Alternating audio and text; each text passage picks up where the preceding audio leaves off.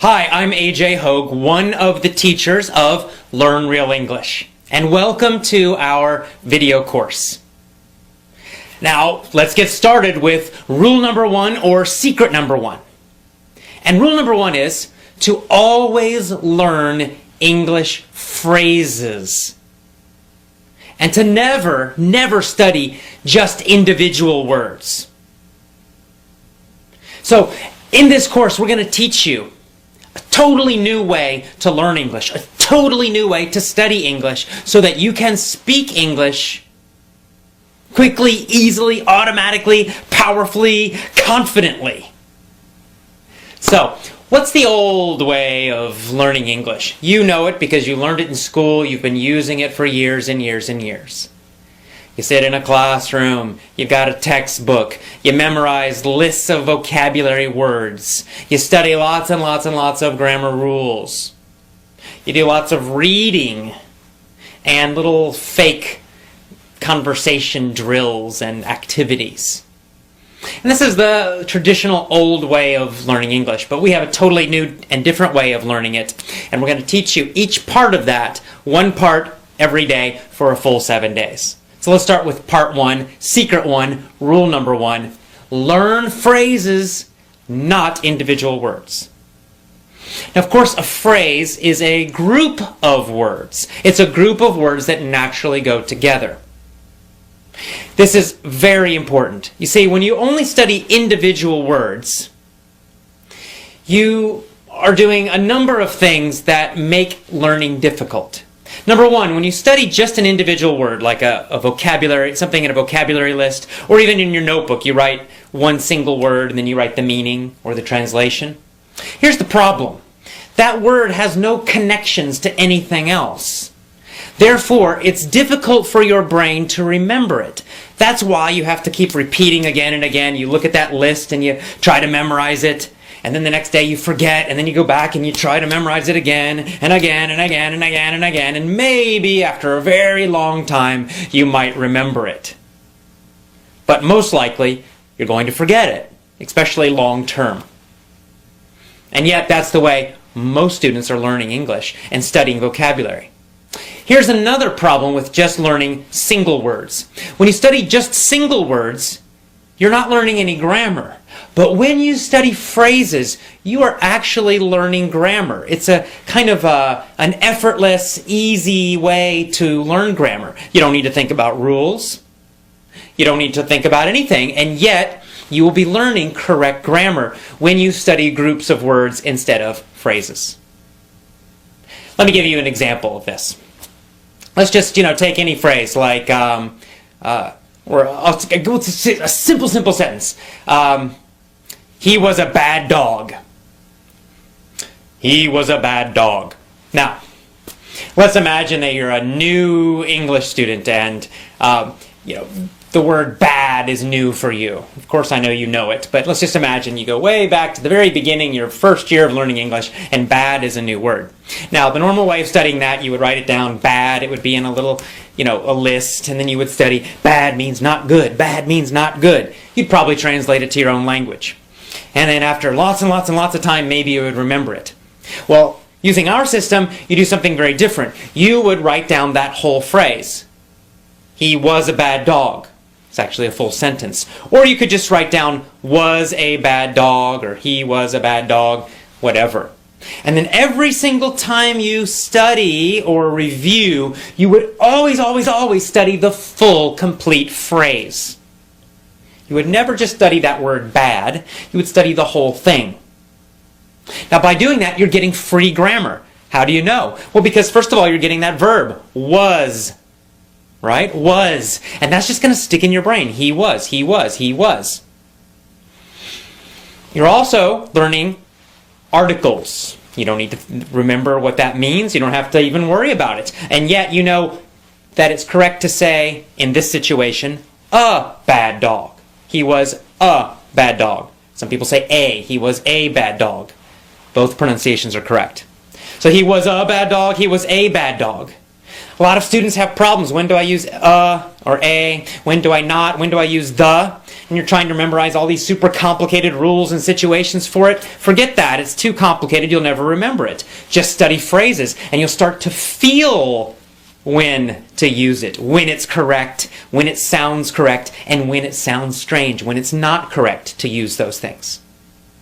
And of course, this is true for all grammar, all phrases, all vocabulary. By studying a full phrase, or even a full sentence, always, always, always, you're going to get lots of grammar. You're going to learn which vocabulary words go together naturally, and you're going to know when to use them in which situations.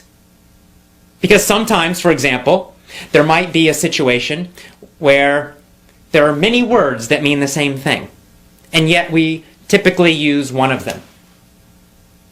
Like, we might say, he was a bad dog. That's a common phrase. A bad dog. Bad dog. We use that word bad to describe a dog who's naughty, who's not good. But we don't usually say horrendous. Now, horrendous means super, super bad, really terrible. And yet, we don't usually say he was a horrendous dog. It sounds strange. Even though the meaning is basically correct, yet in normal, real English, not textbooks, but real English, we just don't use that word to describe dogs. Not usually. I don't know why. There's no real rule about it. It's just that's what we usually do. And every language has these kinds of word combinations that are more common, and other word combinations which just aren't used typically. How do you learn that? Well, you can't learn it from any rules, because there are no rules about that. You have to learn it by studying phrases always. Always, always, always study phrases, review phrases. Whenever you learn a new word, don't just write down that individual word. Write down the full phrase, or even better, the full sentence that it's in. Always include the words that are around it. This is going to help you improve your English speaking ability much, much, much faster. Even better, when you write down the phrase, also write down where the phrase came from to remind yourself of the whole situation. So you might, let's say you find a new word in a newspaper article. Well, first of all, let's say the word horrendous. You're reading a newspaper article, or you're listening to the radio, you hear that word horrendous. That's new, what is that? And you write it down. But you're not going to write down just that single word, you're going to write down the whole phrase that it was in. And then you're also going to make a note, you're going to put down, this came from a newspaper article about the economy. And this is going to trigger you, it's going to remind you, give you a memory cue, a memory reminder of the full situation. So now you're not only getting just this single word, you're getting the full phrase or sentence that it's in, and you're also reminding yourself where that sentence came from. What was the general topic? What was the general situation? And in this way, you're getting a lot of extra grammar, which you're learning unconsciously, easily. You don't have to think about it, but you're learning it anyway. Your brain is learning it, even though you might not know that.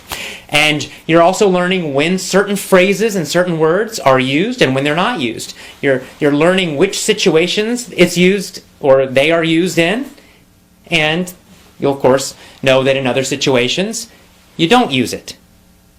Because as you learn more and more and more phrases, you begin to get this feeling of correctness, and you begin to know when to use certain words, how to use them, and you're also how to use the grammar correctly as well.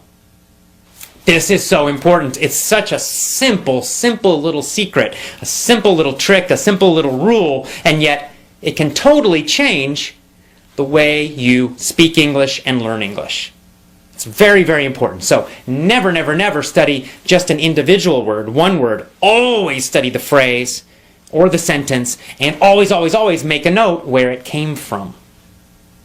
And you want those phrases and sentences to come from real English, which we'll talk about more later, not from textbooks. Here's another advantage of studying phrases and full sentences and always knowing the situation that they came from.